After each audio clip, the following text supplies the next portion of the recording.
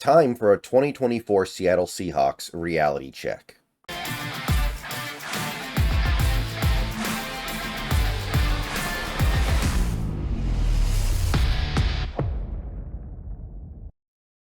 What's going on, everybody? Good morning. It is Victory Monday once again, the third Victory Monday in as many weeks to start the 2024 season. Seahawks are 3-0, and it feels good. And we got plenty of stuff to talk about this week. Most of it is going to be positive. Some of it, maybe not so much. There is some stuff this team needs to get better at in the future. But before we get to all that, before we get to really breaking down the little bits and pieces of this team here and there, breaking down this element, breaking down that element, I want to make one video here just at the very start of the week to talk about the big picture a little bit, because I think sometimes football fans, when you're a fan of a team, you need to touch grass, right? That's like a thing that people say on the internet, right? You touch grass. Well, this is the football fan equivalent of touching grass. Take a step back. Instead of just going on your perception of what is going on with a team, look at the objective reality as much as you can and filter what you think you see through what is actually happening. And this is an important time to do that if you're a Seahawks fan, because the Seattle Seahawks, even though they're 3-0, and I think a lot of people are really excited about that, rightfully so, I think that people don't understand how good this start to the season has been and how meaningful this start to the season has been. So I want to talk about a few big picture things here before we move on to the the micro stuff. Let's start with some macro, go to the micro. Before I get into that, though, I hope you like this video. If you do, please click the like button down below. Helps the channel out. Subscribe if you're new and you want daily Seahawks content. We hit 18,300 subs yesterday. If we can get to 18,400 by the end of the month, we'll be well on track to get to 20,000 by the end of the season. Click the bell for notifications. Become a channel member for $2 a month. Those are the best ways to help support the channel. So, big picture. Seattle Seahawks. Points per game. How is their offense doing? How are they scoring? At the end of the day, right, that's what we care about. We want this team to score points and stop the other team from scoring points. That's not to say it's the only thing to look at or even necessarily the most indicative thing to look at, but we as fans, that's what we care about. We want to score points. We want to stop the other team from scoring points. So let's take a look at the leaderboard right now. The Seahawks currently come in at 8th in the league in scoring. But it's not that simple, right? It's never that simple. So I've watched all the Seahawks games this year. If you're watching this video, you probably have too. So I know, and you probably know, they haven't scored any non-offensive touchdowns this year. No defensive touchdowns, no special teams touchdowns. So this point total, 24.3 points per game over the first 3 games, or 73 total in 3 games, is fully representative of what their offense is doing. Offense only. Can't not say that for a couple of these other teams. Particularly, I want to highlight these 3 teams that are ahead of us by a couple of points. Kansas City, Green Bay, Dallas. Kansas City's 2 points ahead. Green Bay's 2 points ahead. Dallas is 4 points ahead. Well, Kansas City, about a week ago, had a game against the Bengals where they scored a defensive touchdown. A 38-yard fumble return by, I think, one of their cornerbacks. So that accounts for, well, 6 of their points because they went for 2 and didn't get it. But that accounts for 6 of their points. The Dallas Cowboys, back in week 1, scored a 60-yard punt return, a special teams touchdown. So that accounts for 7 of their points. And then you have the Packers, who yesterday had an interception return for a touchdown from Jair Alexander. So when you take a look at that, you realize that their point total is taking into account more than just the offense. So if you pared it down to just the offense, if you look at only what the offense is doing, those 3 teams, the Cowboys, the Packers, and the Chiefs, would fall behind Seattle.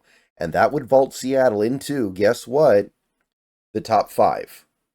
I mean, they would be tied for the top 5 with the 49ers because the Niners and Seahawks have scored the exact same number of points. But however you want to slice that, they would be in the top 5. So that's what I want to get across here, right? Because there's, I think, a perception in this fan base the offense is really struggling. And in some regards, that's true, right? The offense is having issues, mostly up front. But I want you to think about that. I want you to really let that rattle around in your head here. The Seattle Seahawks have one of the worst offensive lines in the league. I think it's like bottom 3 in run blocking and pass blocking. They've only had their lead running back for like 30% of the season. And they've got like, I want to say 6, maybe 7 drops on the season. And yet, they are top 5 in scoring offense through the first 3 weeks of the season. Doesn't sound like that should be the case, but it is a fact. So, is the Seahawks offense actually top 5 in the league? Very, very, very much no, right? You can't have all those problems and actually have a top 5 offense, right? I think their offense is a little above average right now because they are getting great play from the quarterback. They are getting great play from outside of a couple of drops, and I know the drops suck, a couple of receivers, and they are doing a pretty good job cashing in on their opportunities to get points so far. So they're efficient. But to say that they're actually better offensively in terms of the actual snap-to-snap efficiency than a team like, just as an example, the Ravens or the Eagles, I don't think that's actually true. But the point is this, with all that being said, statistically, they're there. And they're doing it with these clear and obvious problems that should go away or get better. The offensive line has to get better because it's so bad. It just by, common sense and logic, it has to improve. And if it doesn't improve, there are going to be shakeups made that probably make things at least a little bit better, right? Ken Walker's going to be back. He's probably going to be back this week, honestly, but he's going to be back eventually. And he's going to rejuvenate the rushing attack big time. It's going to be way different and way more dynamic than it is without him. So think about that for a second here, because again, I want to stress, in our heads, the offense is having some real problems and they're just playing mediocre football. And maybe they are just a mediocre or slightly above mediocre offense, but there's another way to look at it. They are putting points on the board at a borderline elite level. And they're doing it. I mean, their defense has been great, but their defense isn't giving them free points. Special teams isn't giving them free points. They're just doing what they do. And people like to bring up our opponents. Oh, you played the Broncos. Really? We played the Broncos? The Broncos, who have one of the best defenses in the league so far this year, who went into Tampa Bay yesterday and decimated the Buccaneers. You played the Patriots, who have an above-average defense so far this year. They're like 12th in the league. And you played the Dolphins. Maybe their defense is bad. I'm not completely convinced one way or the other there yet. But people trying to sell us short because, you played three terrible teams. Maybe those are 3 bad teams, but those are not bad defenses. I think if you collectively put together the 3 defenses we played so far this year, it's a little above average. It is. That Denver defense has been borderline elite so far. You are the only offense in the league that has cracked that defense, really. So that's the offensive side of the ball. Now I want to jump on over to the defense because I don't really need to parse through any data in minute detail to shave away little pieces of misleading data here and there to give you this. Seattle Seahawks, through 3 games, are 4th in the league in allowing points. 14.3 points per game they are allowing.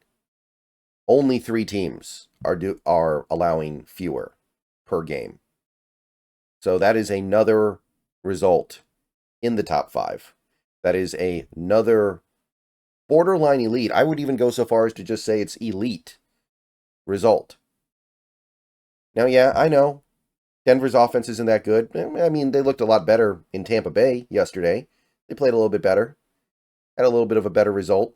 But Okay. New England's offense doesn't seem like they're that good, especially up front. Miami's offense with no quarterback, that's easy mode. I get it. We're not the only team in the league that hasn't played anybody good yet. We're not the only team in the league that beats up on scrub offenses. A lot of these teams at the top have made their bones by being able to play weak offenses. That's kind of the foundation of a good defense, at least at the start. By the way, I should point out we have 2 games tonight, so 4 teams have only played 2 games. But as you can see, there's really not that much that can happen to change any of this. If you go over to the offensive side, the most likely thing, and this is still unlikely, would be that Buffalo collapses tonight. If they don't score, I think it's like, 15, 16 points, they would fall behind us. That's unlikely.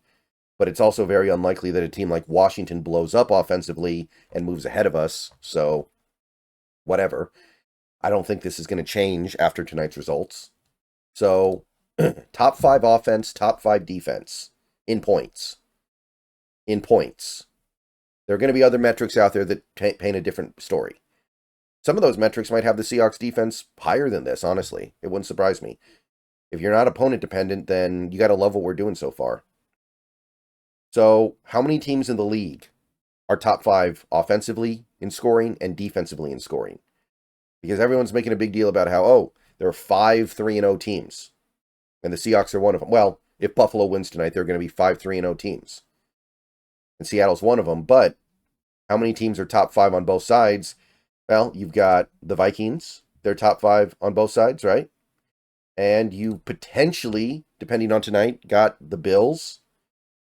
And you've got the Saints. So that's either 3 or 4 teams. So it's elite company. It's not easy to do. And through 3 games, this team is doing it with all the problems. And the problems are legitimate, guys. Like, defensively, maybe not so much, but you don't have Uchenna Nwosu, your best edge rusher. You've had injuries to your linebackers on and off the field. You've had injuries up front now in this most recent game. Like, it's been easy mode in terms of the opponents for the defense so far. I will concede that. Those are 3 really bad offenses, but we're having to overcome our own stuff over here, too. We got our own problems. And so far, we're mowing through it. So enjoy this while it's here, because it won't be here forever. Next week, we go to Detroit, Monday Night Football. I'm sure they're going to score some points. I'm sure they're going to offer some resistance on defense. And these numbers that we're looking at right now may not be the case Tuesday morning. So enjoy it while it's here and appreciate what it is. It's not easy to do this because, again, this team has real problems. This is not a go-for-it year. This is we're trying out some new things with a brand new staff year. So to be 3-0 is a blessing. But to have a top 5 scoring offense and a top 5 scoring defense at the same time after 3 games, that's a blessing too. And don't forget it. Don't leave it behind. Make sure you remember how much this stuff matters. All right, so I'm going to go and get out of here. There's a lot more that needs to be said later today, but I wanted to start by kind of getting back in touch with the reality of the situation. Because I see people, it's particularly on offense. I don't think anybody's really that critical of the defense right now. They're just maybe acknowledging the fact that the opponents have been weak, which is true. But people are looking at this offense and going, oh man, we got the worst offensive line. We got this, we got that. People are dropping passes. Gino did this, Gino did that. Can't run the ball. Charbonnet too slow. The proof is in the pudding. And until the pudding produces a different proof that says maybe things aren't so good, I'm not gonna stress too much about it. This is not the time to black pill. There will be a time, maybe later this season, maybe next season, maybe in future seasons beyond that, to black pill. Not today. All right. I'll see you guys later. Go Hawks. Look at what is and think about how good it could be if some of these other things that we know are not completely right snap into place.